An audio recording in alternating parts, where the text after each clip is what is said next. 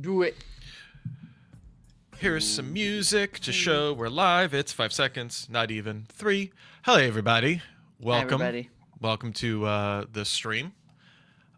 Pleasure to be There here. it is. Yes. Perfect. Oh my God. I'm excited. Hello, everyone. Welcome to the stream. I'm stoked about my things today.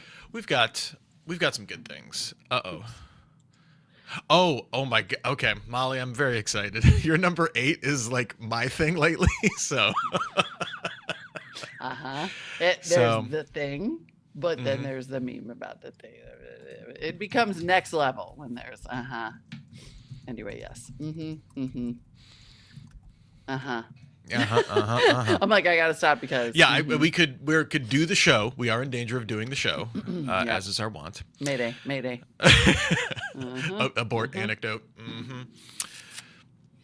Hold on. So Molly, it's Sorry, I'm finding. I leave for a week, and you're tatted up. You're yeah. It's true. It's true. You have my zodiac sign, which I know we have a good working relationship, so I appreciate that. I don't want But to. it got kind of awkward.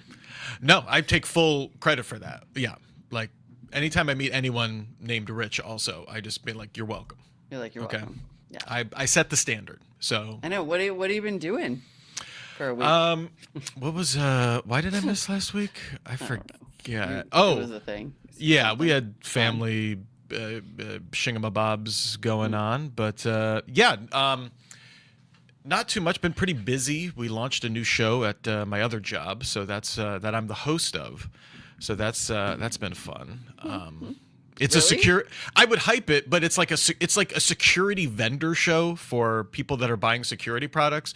So there's very few people my parents are like, we want to listen to it. I'm like, it's designed to speak to an extraordinarily specific You're like, audience. please trust me when you say. Do you know what I don't know MDR is or anything? Like, no, okay, then you're not gonna enjoy this, Mom. I'm sorry. Yeah, but look at you. Yeah, hey, I'm the face, That's which so sweet that they want to listen, though. That your parents. I mean, come on. oh that's yes. nice.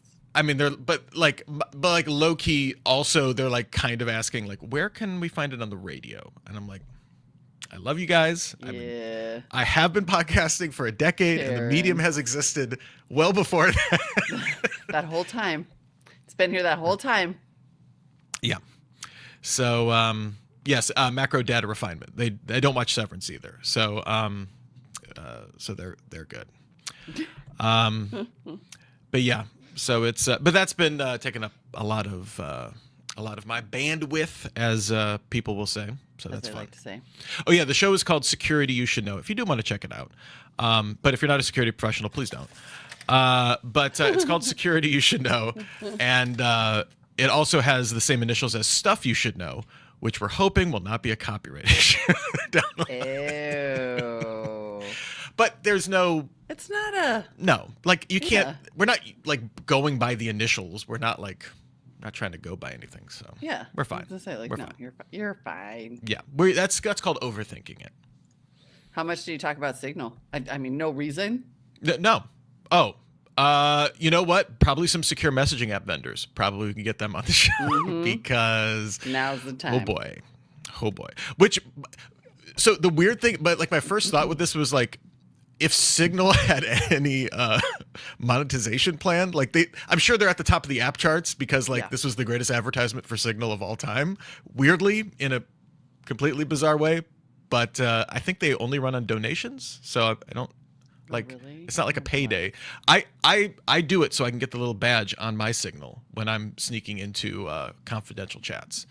Oh. But I didn't know I could get a little. I'm like such a ding dong. I didn't even know. I will say I'm in a number of group chats, as are many of us that have wow. You know when you start talking about something and you realize it's a thing, and then you're like, fudge, I'm on a show about that. so many group chats. So you know what? We'll just make this a pre-show thing because it's like slightly politically related. But I think like suddenly being in a bunch of Signal group chats that didn't exist before is a thing. is a thing. Not for everyone. No. I would say a lack of group chat etiquette is maybe also like something like we still don't know group chats is still a thing.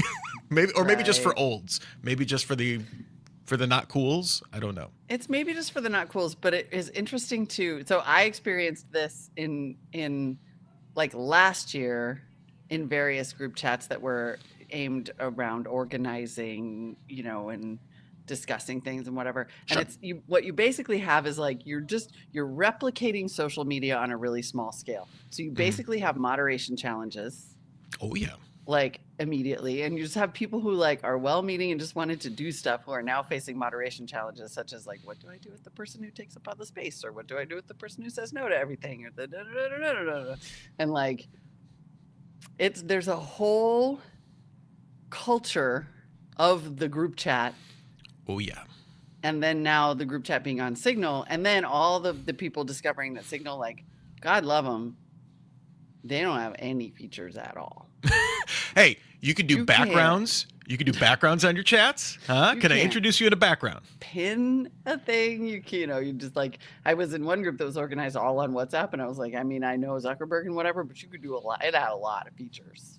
You could put a GIF in there for all your elder millennials that need that feature.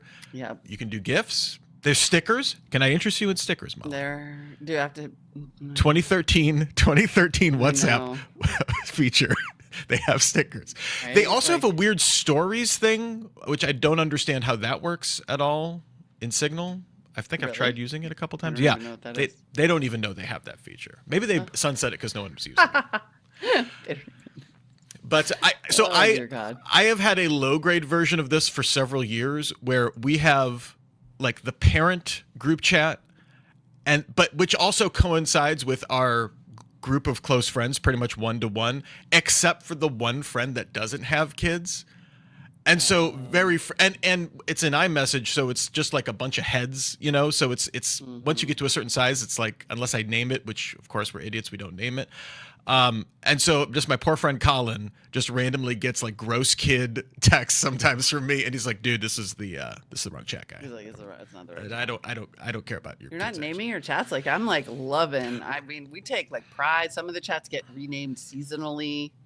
A lot of do. them are kind of slightly dirty puns. We do. My favorite one is Mustard Fan Club, hashtag Free Xiaopang, which is my one with my cousin James. See, there you go. And we have Smarks, which is our wrestling chat that Jackie and I have with our friend Brant.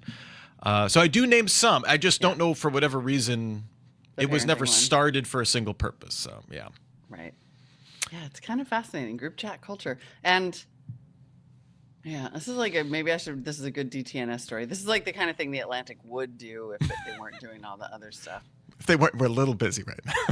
There was a time when I could rely on the Atlantic to reliably read my mind and just Yes. like do the think piece about the thing that I've been noticing. But anyway, group chat culture is a thing. And Well- all the new group chats on Signal, super duper thing. That's why I always wonder whether it's Australia or whatever country X is like, we're going to stop all the kids from being on the social medias. And I'm like, are you going to just like prevent them from using any chat app ever? Right.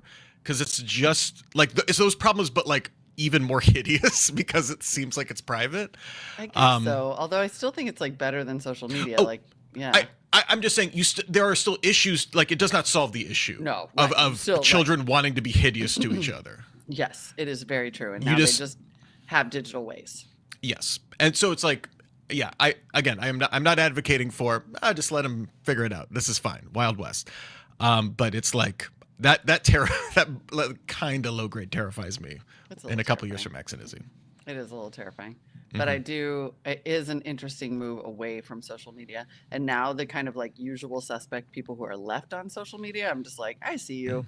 You're a professional Yeah. social media poster. Like you're not, I'm like never.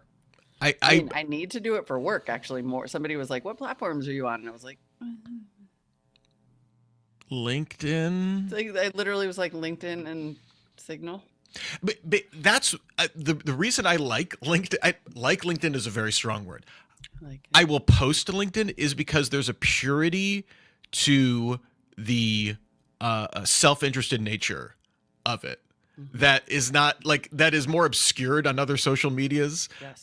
Whereas LinkedIn, like, we know why you're here. You want to promote your stuff. You want to network for jobs. You want, like, whatever. No one's here to like spread creativity or thoughts or something like the reason you wrote that thing on LinkedIn is to build your thought leadership profile. Like, we know this. Just get out of here. And it's awesome. It's such a relief. Like, I am about the clearly stated intentions, and it is such a freaking relief to just be like, yeah, I'm here to hustle. Okay, I may need to change my thing because talking about LinkedIn made me realize that there was a thing from LinkedIn that may be a thing. Really? Okay, change your thing, and then we'll start. All right.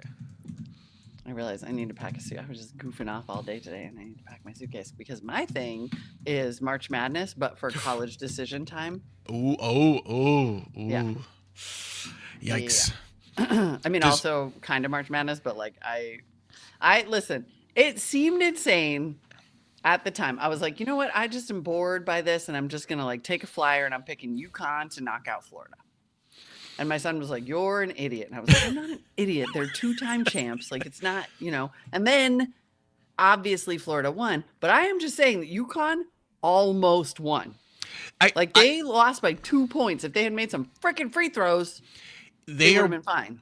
It's about the program for me. It's like the program has done this enough that even if the team isn't like of the highest quality, they can knock people out. It's like I'm never like Michigan State. Doesn't matter what they are. Like, they're getting past the first round. It's just like that's the program. This is how they roll. I don't trust anybody playing like UConn or even when they're on off years and stuff like that. I agree. Anyway, but then obviously I lost that one, and now I've kind of honestly I've sort of completely lost interest. I'm like, all right, I'm out. I am super excited for next year's March Madness because there is a sports bar opening up, and we like tangentially know the owner. It's going to be a like all women's sports focused sports bar, and Izzy loves all things like women's basketball, like anything like that. So we're totally taking her and Max to there and just doing the tournament and stuff like that. It's gonna be fun. Yeah, that's gonna be so fun. Mm-hmm. So Molly, does my line 12 make sense to you? Ooh. I can't wait can't wait for this. All right. Yeah. Yes. I think I see where you're going, and I can't wait to discuss it. Yes. Yeah. Okay. All right. All right. Let's do it. Yeah, we're gonna get started. I only have 3 seconds of audio. So of the theme song because we don't have to do it. Like, I can just. No, we're Molly. I'm sorry. Right. We're professionals. You're right. So, wait, we should clap it up. Yes. In 3, 2, 1. All right, and the music clip in 3, 2, 1. Hey everyone, I'm Molly Wood. I'm Rich Straffolino. Hark! It's a thing! Our podcast clarion call where fragments of our world like shattered light cascade and coalesce before the eye, transforming chaos into wisdom's might. Oh, listener, who wandereth near and far, attend! As we, it's a thing with passion keen, dissect each curious fragment, near and far, and from confusion's vast and swirling scene, extract the meaning that our musings bring. This weekly hymn, by ardent spirits fed, shall pierce the veil of mystery's dense wing and render comprehensible what is said. So join our quest, dear friend, with spirit bright, as It's a Thing illuminates insight. Little, yeah. Actually, okay, where the hell is that even from? That is an interpretation of our show opening in the verse style of Lord Byron. Amazing. So this is what he does, by the way. I think you're just throwing tests at us at this point to just sort of see how we'll roll. I have Little to be very, did I know that I have this in me. Like the next ones are going to be like William Carlos Williams and E.E. Cummings, and then all of my poetry knowledge is officially, or verse knowledge is officially over, but I am enjoying it while it lasts. Saray TW says, okay, this time with some feelings. It's called pathos. Okay. I mean, what am I? At least try to inflect a feel. Just a little. Just a quick merch update. If you don't know, we have a whole bunch of merch available at itsathing.me/shop. We got an email from Professor Art. He's from he's in the Philippines. Mm-hmm. I'm pretty sure that's his designation. He was particularly honored. He's the one that came up with the Rich Tamale. And so he has bought a coterie of Rich Tamale shirts and a mug. He sent us a super nice email kind of going into all that. He did want to know, though, he did want to make sure that we get the It's a Thing logo like in the tag. And Professor Art, I 100% agree with you. Some of the shirts don't let you necessarily do that. I don't know. It's through Fourth Wall's suppliers or whatever they have. But thank you so much, and keep sending us good ideas for merch that we can monetize. Also, I mean, I think he means like we should have an It's a Thing logo in addition. Like it should say Rich Tamale, but then it should have an It's a Thing logo somewhere, like on the pocket or the. I guess we should just have the logo. Almost like a little. We should have the logo on everything. Yes. See, Professor Art, you are correct. Professor Art, you are correct. A lot of the shirts do have it in like the tag, which I think looks freaking cool. We're trying to. I mean, I don't know if you know this. We're trying to promote the show. I designed these to be as inscrutable as possible. I know. I know. Sometimes, you guys, you don't even know. Sometimes behind the scenes in our group chat, I'll be like, maybe we could just have like some stickers that say It's a Thing on them, because that's the show name. Molly, what you're saying sounds like a lot like work. I'm glad we're having this talk in public, so that you have to do it now. we know. Listen. If Rich the Speed Bump Straffolino here, okay, I'm consistent in all things. He's like, wait, like on the shirt it could say It's a Thing. So instead of saying what's with the tamale that's dressed like royalty, they could go, It's a Thing, and then you could. That's a more direct. Yeah, and then maybe people would listen to it. And then they'd be like, oh, my God, I'm going to give these people some money on Patreon and also buy some stuff. But Rich Tamale makes people hungry. Think about it. I like it. All right. What do we got? Rich has to get to redesigning all of our merch shortly. So let's yes, I will have my marching Tom, orders. by the way, is in Tokyo. Yes. In case you don't all get his newsletter. Yeah. Oh, yeah. Which you should subscribe to at, I'm assuming, TomMerritt.com. Yeah, that sounds right. Yeah. Mm-hmm. So my first thing is we brought up that I respect LinkedIn. I respect LinkedIn as a social media platform for its naked ambition. But I just realized one thing that is a thing is LinkedIn emoji culture is like out of control. So if you just ask ChatGPT or Claude or whoever to write you a LinkedIn post, there will be so many green checkmark emojis. There will be so many like coffee emojis in there. There is a post structure that is almost now like a template on LinkedIn. This isn't new. This has definitely been around for a while, but it's so strong that if you ask, like AI intuits this. It knows this is what LinkedIn wants. I have no idea where it came from, but every time I see it now, I just think, this was spruced up with some AI. It's probably LinkedIn's own write this with AI integration, right? Molly, have you seen this? I am marveling at the fact that I have not brought this to you, because I've gotten so many drafts of social posts from my previous assistant and current assistant, and every paragraph starts with its own emoji. Yes. There's like a world one, and then a green plant one, and then a brain one, and then a light bulb one. And each one of them is to illustrate, like, you no longer illustrate your point with bullets. It is with emojis. And they are specific. God, I mean, and it's a chicken and egg question. I genuinely don't know if LinkedIn spawned it or if ChatGPT spawned it, and then now everybody is busted all at once. I wonder if this is a side effect of they don't let you do any like rich text formatting. Maybe. And so like the emoji started out as here's how we bullet this list in a way that isn't just a bunch of dashes. It has some visual flair to it. And then we have all just run amok, and it's just so weird because it's the professional platform, and yet we have just little notepad emojis for it would kill you to let me look like a little cool PDF. It would kill you to let us design a post in any way whatsoever. But okay, then fine, we will hack it. I want to put a span tag in there, LinkedIn. Come on. Yeah, no chance. Oh my God. I can't believe this conversation started with how we kind of like it, LinkedIn, because now I'm just furious at how hard it is to make a post look even remotely professional. Yeah. Well, I mean, you have to also account that you have to have 9,000 tags in there because so people Every will tag. find your post and yeah, of course. Dude, LinkedIn emoji culture is so good. So and if you have any good, like just like egregiously horrible, clearly spruced up with some AI, send them to us. Feedback at It's a Thing to Me. I want to see your most cringe LinkedIn emoji posts, please. And if they're from me, extra bonus points. Yes, please. Same. I would have probably brought this to the show, but I was busy thinking about how to get enough grams of protein, which is all that I and apparently everyone in America think about all the time. So like, I believe I already talked about protein as a thing on the show. And so I'm in no way repeating myself because we have now transcended eating a lot of protein. And now the thing actually is memes about everybody trying to eat enough protein.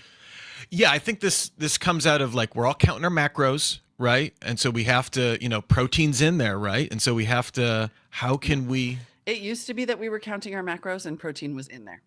Now the question is, now there is no more macro chart. There is only, are you eating your literal body weight's worth of grams in protein every day? How are you going to get more? In some of my group chats that are unrelated to food at all, some like people are just sharing like, here's a smoothie I figured out how to make that has 60 grams of protein.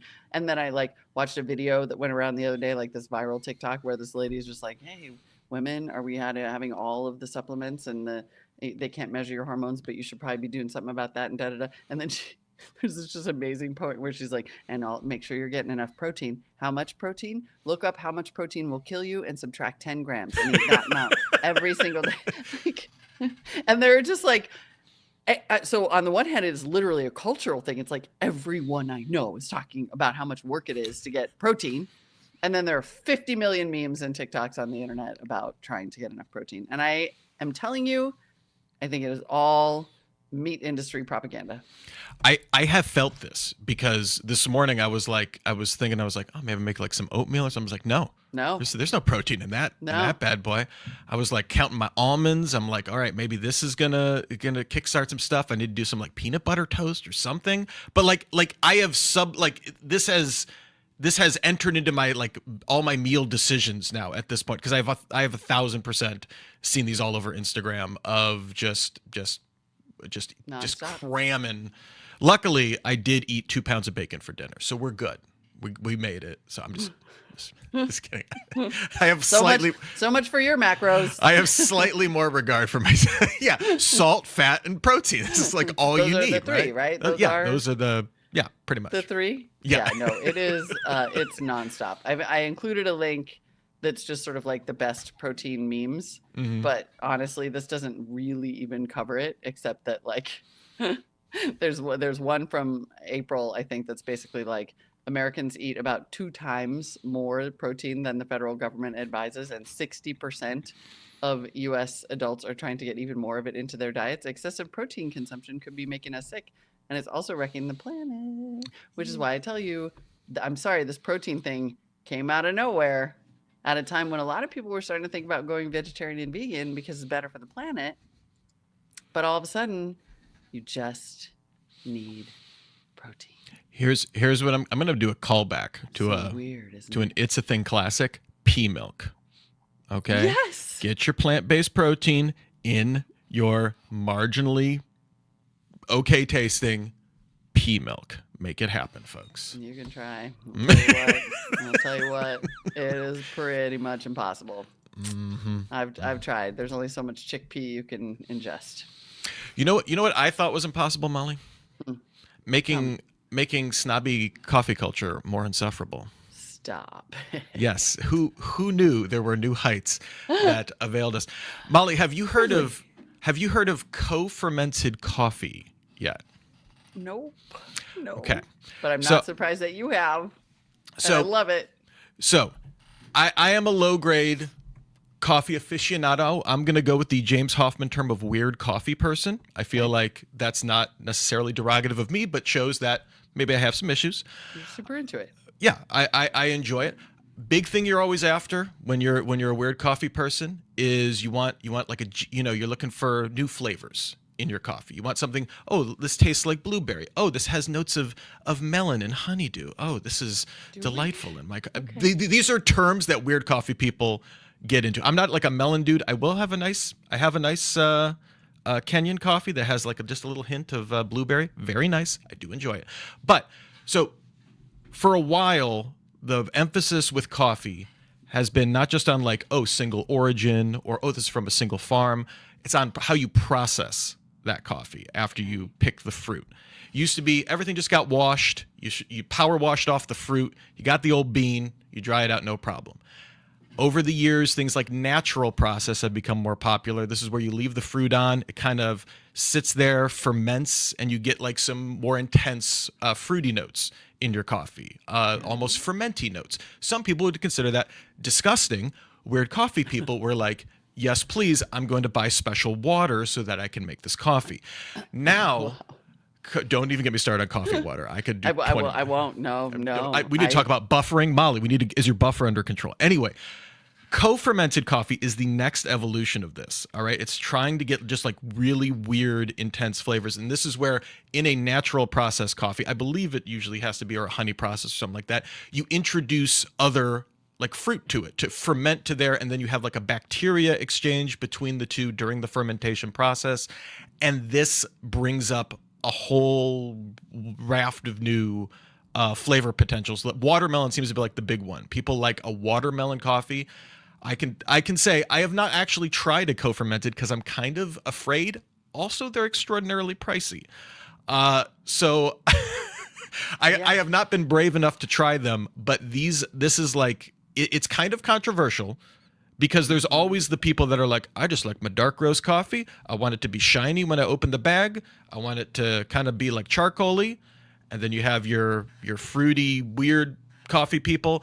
And now co-fermentation is like, now the weird coffee people are like, isn't this just flavored coffee? Is this coffee anymore? You know, we're kind of coming full circle to being like, yeah, oh, I love my caramel brulee beans from the grocery store and stuff like that. So yeah, I've noticed weird. Yeah, this is wild. Like they're talking about how in the high stakes milieu of coffee competition, some think that co-fermentation is the equivalent of doping in sports. Oh yeah. Oh, it gets intense. But let's talk pricing for a minute. At this year's Best of Panama tasting, where the top scoring micro lot sold for an astonishing price of more than $4,500 a pound. Mm-hmm. Now, I will say not all of them. Not co-fermented, I think, because 4 other co-fermented, or maybe that one was, but 4 other submissions were disqualified for altering their DNA expression. It's the ship of Theseus of coffee. When does the coffee? When do you take out all the coffee and you're just drinking watermelon bacteria? It is not alcoholic, or the alcohol does not make it into the cup, I should say. I don't know if there's any alcohol produced in the fermentation process, but it is not alcoholic. I will say, like my local roaster, Rising Star, who I usually go with, they have one. Usually their coffees range like $16 to $20 for a pound, and the co-fermented is like $30. So it's a significant price premium on an already not inexpensive coffee. And I don't consider them like particularly high end or anything like that. So it can get very expensive very quickly. This is honestly amazing. This is a great thing. Mm-hmm. So if you like, this is great. When you have a coffee snob, ask them, "Is that co-fermented?" Is that co-fermented? And then they'll really feel horrible. Wow. Yeah. I have barely even noticed the taste of my coffee over the past 2 weeks because I am sorry to report that I have been introduced to the game that is sweeping the nation, the game that almost as much as Sarah J. Maas has me at risk of losing business, the game that literally last night prevented me from doing anything. I cruised through like 4 episodes of The Night Agent and couldn't tell you what happened because I was just playing Block Blast. Block Blast? The whole time. So Block Blast is a thing right now. Like, okay, games are fun, right? And on video, like phone games are fun. Block Blast is Tetris, But Ooh. yeah, exactly. So danger, but with Mhm. some sort of key changes Okay. that make it like you can clear lines from the top or the bottom. Oh. You can just slot you don't drop the blocks into place, you push them into place, which means that if you have a perfectly shaped space, even though you couldn't drop it from above, you can still push it in from the front, which is just Ooh. a kind of, I know it's like it's Nice hard to describe, but it's dimensionality very fun. to it. Yeah. Yep. And I don't know why it's even, I mean, Tetris was pretty addictive. Block Mhm. Blast is so addictive that there's basically an article titled Blast Away Your Sleep Schedule with Block Blast from March 12th at the Hofstra Chronicle, which I don't know what it is, but I think it's a student journalism thing, which tells you the age range of Block Blast. Like all the kids are like, "Whoa, there's this fun game with blocks," and we're like, "It's Tetris," and they're like, "It's better." But my son told me that there are, and I have seen them, there are like entire TikTok videos that are just people ranting about Block Blast and how addictive it is and how sometimes it just comes along and screws you. Like it doesn't have to. It doesn't have to make those choices. But once in a while it's just like, now here's 3 of them connected in a diagonal and you're like, "What did I do? Like why are you mad at me? I'm just trying to, There's somewhere a Tetris poster that has like just decades of memes that they've cultivated over the years. They're like, yes, I could just I could just change these slightly, and suddenly I'm into Block Blast. Now, to sound like a 1,000-year-old man, this is a mobile game. Oh, I'm sorry. Yes, this is a mobile game. It's not a browser based like your Wordle or something. No, like it is on the phones so that you can easily flip over and make your enraged TikTok about how, or your braggy TikTok. I mean, I think that's what takes it. It's sort of like, why this is such a thing that like there are TikToks about it. People are bananas about this game. And this is why one of the myriad of reasons I don't let my son or my daughter get near a phone, because I could like this is a game that for Max is like would be pure crack cocaine to the brain. Well, and it's like it takes a well-worn game that everybody like the great thing about Tetris is you can just pick it up and you're going and you're making progress like right away, and then just adds just a couple, it sounds like just a couple different angles, couple different mechanical changes, give you a little bit more replayability as opposed to like just like the pure pain of Tetris. And yeah, there's a lot of pain. There's a lot of pain. Yeah, no, I would say do take this as both information and warning, and do what Saray says, which is avoid it at all costs. I have been setting a timer for myself, like make a loud noise to make me stop playing this game. Just 5 more minutes. Just 5 more minutes. It's not good. So you're saying this game could make you take over the Enterprise? It's that addicting. Okay. Yeah, that's it's pretty dangerous. More importantly, it's a thing. Check it out. Yes. Don't check it out. Yes. Don't just look up the TikToks maybe. Yeah, I think that's going to be my avenue for enjoyment. I don't need a new addiction. I'm making weird coffee. That's my full-time thing. But this is free. I will enjoy people getting mad at not getting the long skinny piece. Unlike co-fermented watermelon coffee, this is free. It's the opposite. Also free, sending an email to us at feedback@it'sathing.me. Just like our, I'm going to say my namesake, even though I'm pretty sure he's older than me, Richard Gunther wrote in, and he needs a thing check. He says, have you covered this? I'm seeing elevate everywhere as the latest marketing catchphrase. Elevate your home, elevate your gaming, elevate your experience. Some friends believe it may be a favorite generative AI term that's making its way into into materials as more companies use AI tools to help with copy. Richard, I don't think I think we've been in the age of elevate for a hot minute, but I definitely think of it's along the lines of when you see like a post of being like, a lot of people are saying that da da da da da, and you're like, AI skip. I completely see this as the AI gas elevating this to a new level. 100%. Like it was already there, but you're absolutely right. AI must have seized on it and is in fact we already talked about Delve. Apparently Delve is a bit of a meme word because many people are saying on TikTok that only AI ever uses the word delve, and that's now how you can tell. if someone wrote a corporate email or a presentation. I may be in trouble. The word delve is in there. I mean, As long present company included, like the guy who rocks Byronic Verse as a show intro, he didn't have AI write that. As long as like the word untoward isn't get co-opted by the AI overlords, I'll be okay. I feel like that's my go-to. So we're okay. We're okay. Before Tank Girl wrote in on hot cold brew. Hey, Remalto. Ooh. I thought we were out of variations, but we are not. There's a whole world out there.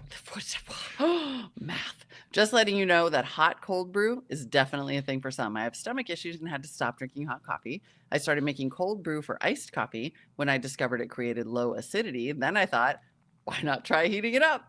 Best of both worlds. I add milk, agave, and chocolate sauce to the concentrate, and it's enough for a week. Keep up the great work. That doesn't sound better for your stomach. I'm just saying. That's a lot of stomach pressure. That's amazing. Anyway, yes. All right, it's a thing. It's a thing, and we have some corroboration from Peg from Seattle writing in. Yeah. Hi, Molly, Tom, Rich. Thank you, Peg, for the inclusion there. On hot or cold coffee convo. In the early 70s, my parents, keep in mind here, I'm now in my mid-60s, bought a coffee gadget from Abercrombie & Fitch, which was then a bit more like Sharper Image, then Banana Republic, and I just realized I just used another bankrupt store to refer to another old store. Kudos. Yes, Peg, I know the feeling. Anyway, it was a cold brew filter. Used a pound of coffee when Yuban was the good coffee in the grocery store in a big vat with a felt filter at the bottom. I let it sit overnight and then drain it. The concentrate kept in the fridge, just like the bottled stuff now. They used about 2 to 3 tablespoons, I guess, per cup of boiling water. I was not yet a coffee drinker, but I remember my parents' friends raved how good their coffee was. You didn't tell them it was Sanka either, if we're going to keep going with old references. I thought it might be the Yuban, but realized as I grew to know more about coffee that it was the drip and filter concentrate. And Molly, you're right. Take some of the acidity, and my mom and dad took their coffee black. So, hey, not everybody likes the acidity. Makes it more approachable. Keep up the good work. Always love the show. And as someone from the PNW, we used to just say Pacific Northwest, microdosing sunlight is my favorite merch. It's a thing.me/shop. Oh, that's so sweet. Microdosing sunlight really is genius. Once it says it's a thing on the back of that hat, it is going to be a winner.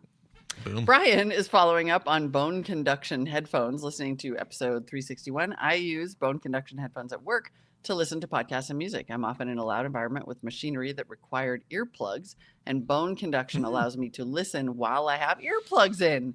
It's great. That's genius. I will say bone conduction falls into the technology that I'm fascinated by. It seems like it's doing something novel as opposed to... Like, I get mad when we make things cold by putting cold things on them, right? Like all headphones are just, we put a sound close to your ear and now you can hear the sound.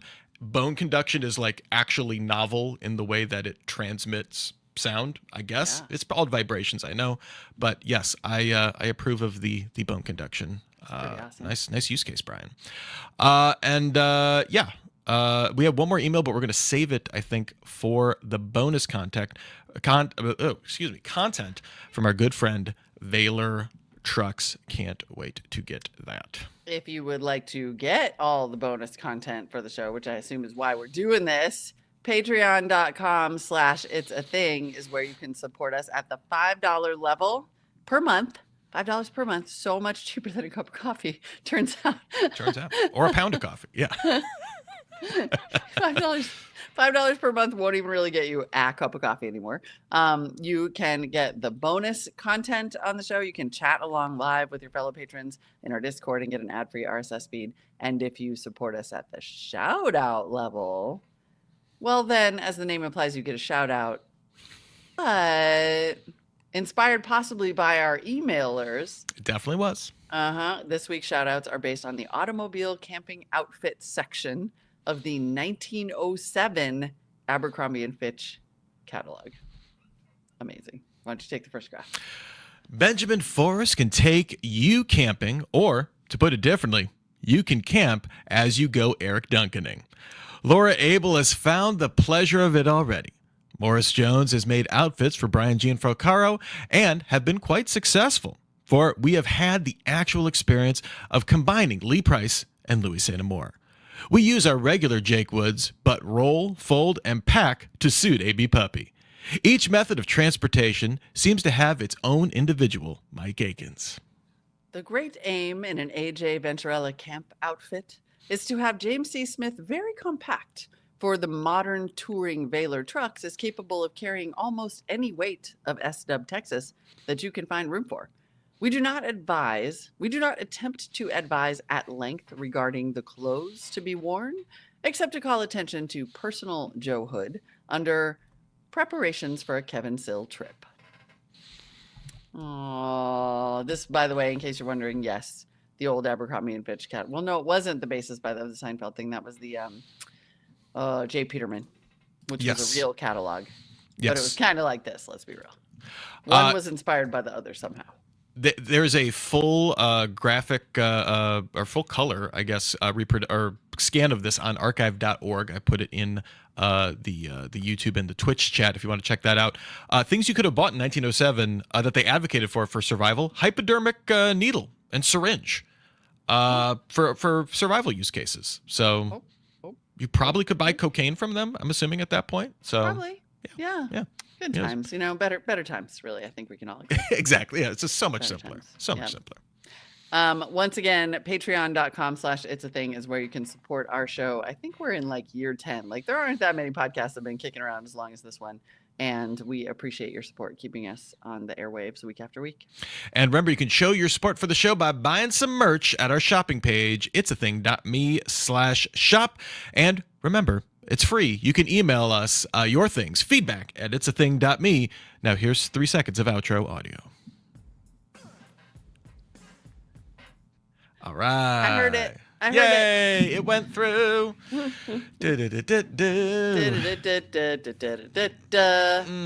Bam. Ba-ba-doom. Boom. Friends. Romans. Patriots.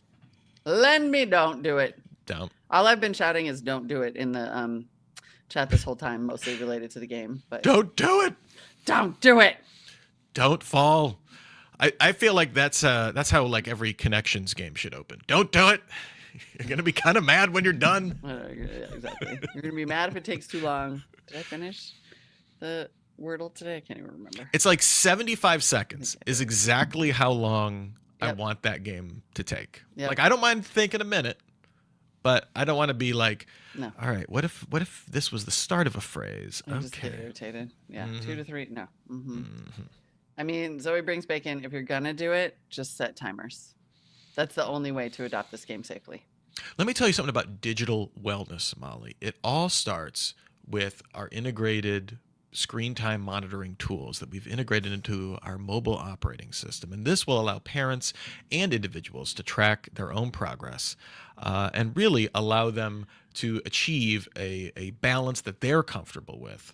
And that we feel is going to enable the next generation of digital natives. I don't know. I don't know where I'm going. It's pretty impressive. Like, I'm just saying, you're good, bro. Look at how dangerous it is. It's just a big blank screen, and then you got your little blocks, and this just No, thank you. I'm closing it right now. I'm closing it. I'm trying to think what was the last like phone game like I was completely obsessed with.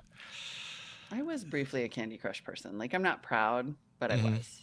I mean, I definitely did like Angry Birds back in the day. I mean, like that's really dating myself because that was Angry Birds. What? Fruit Ninja. Fruit Ninja. Which is a Chuck E. Cheese game now. I've found out, taking the kids to Chuck E. Cheese. They are fans. Fruit Ninja. Chuck E. Cheese is the best. Which, by the way, this is the most that I have ever felt like Tom Merritt. I just need to say, I was in Chuck E. Cheese and I'm surrounded by all these games, and they all have screens. You know, they're all clearly. And I realized I was sitting there. I was like, I'm surrounded by machines that are running Linux, because that's all these are just Linux boxes with one app that's running on them. And if you reboot them, Grub is going to show up, or some Linux bootloader is going to show up. And I never felt happier to be surrounded by Linux. It was great. I mean, I know any Android phone, I'm like, anytime anyone has an Android phone, that's the same thing, but sure, but it felt a little different. It's special. Speaking of children, let's read the bonus tattoo. Oh, yes, yes. Patron Baylor, shout out patron Baylor Trucks, wrote in about tattoos and said, Molly, Rich, and Tom, but especially Molly. Oh. I'm currently preparing a Sunday dinner for the family and listening to the bonus content, patiently waiting for this week's show to hit the Patreon feed. And again, you guys are in my life. Molly, for my kid's 22nd birthday, we went in for tattoos together as well. See, my dad, Astrid's granddad, was a founding member of the Allman Brothers. Pretty sure I've divulged that here before. And every member of the Allman Brothers has a tattoo of a mushroom on their right calf. So I thought it would be cool if Astrid and I went for mushrooms on our calves as well. Second for me, second generation, and then 3 for them, third generation. Oh, 2 for me, I get it. And then Molly said, don't you think every person's first tattoo should be like a cheesy band logo or something? And you know what? At age 53, mine was exactly that. Wouldn't change it for the world, though. Yeah, that is not what I meant. That is highly not regrettable. The 1, 2, and 3 mushrooms is so freaking cute. That's so awesome. Like intergenerational. Oh, come on, that's beautiful. Yeah, no, I'm talking about the girl like who was my college buddy when we went to get our tattoos together at 18, and she got the Red Hot Chili Peppers band logo on her inner ankle, and I was like, "Yep, that's not gonna want that." Not the best decision. They are still on the radio though, which is wild. But like, yeah, like it'd be worse if you got like a Hoobastank tattoo. Right? I mean, she actually chose for longevity, even if she didnn't mean it. Mm-hmm. Yeah, which is kind of amazing. Molly, in your late teens, early 20s, what would have been if you were to get a cheesy band tattoo? What would it have been?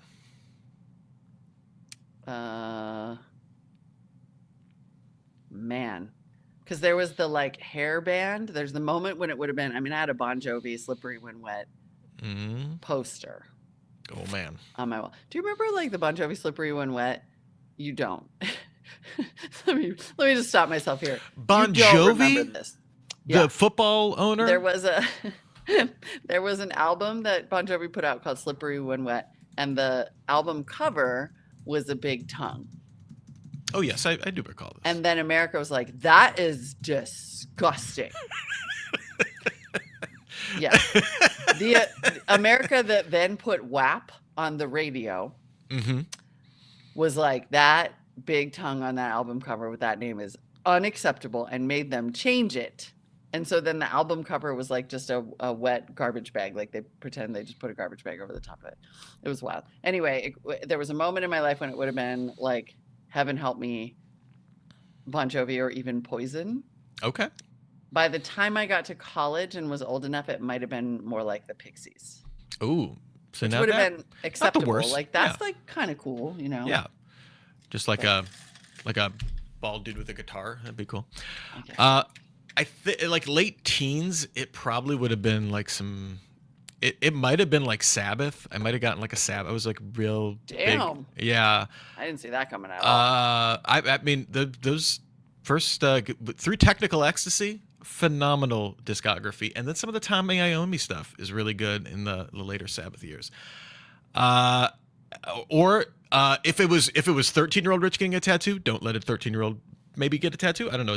It's your kid. Let him. You know, I'm not telling you how to parent. Whatever you want to do. 13-year-old me would definitely have gotten like the Jesus Christ Superstar like album logo. I was like, that was my jam. Damn, next level. And then 20s probably would have been like the Get Up Kids or some emo band like Dashboard Confessional or something like that. So not a good move. Not a good move. I mean, I still have the Get Up Kids, but we dodged bullets, I think.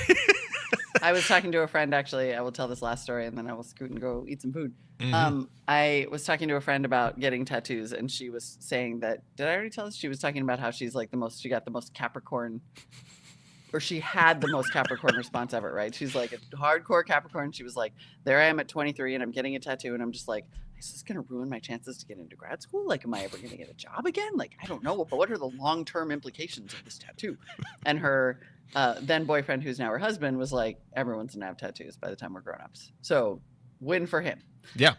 And I was like, so that's very funny, because when I was getting my tattoo at 18, I was like, I feel like by the time I want to get rid of this tattoo, they're gonna have perfected tattoo removal technology, and I'm not gonna have to like. It's not gonna be like they say forever, but it's not gonna be like forever. And I was just sort of like mentally scheming how to get out of it because Gemini.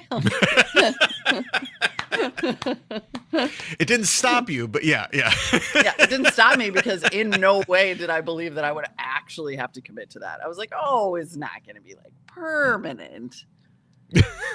Phenomenal. Yep. Most Gemini. Yes, Saray, it is in fact protein o'clock. I'm like getting a little I'm like, oh, I'm weak. You got to go. I haven't had enough protein today at all. Oh, man. I'll make it. It's fine. I think I'll make it. There's a lot of protein in ice cream, right? I mean, it is absurd. Yeah. I'm going to go have some cottage cheese. Protein drink. I already had a protein drink. Oh, right. Protein drink. I get it, Nick. Much better. In Soviet Russia, protein drinks you. Protein drinks you. That's all right. Because bears. We're gonna leave it there. Thanks everybody for watching. We're gonna have one more Tomless week, I believe, and then he returns from his sojourn across the sea. And yeah, we'll see you next week with things and presents. All right, see you next week. Bye. Bye.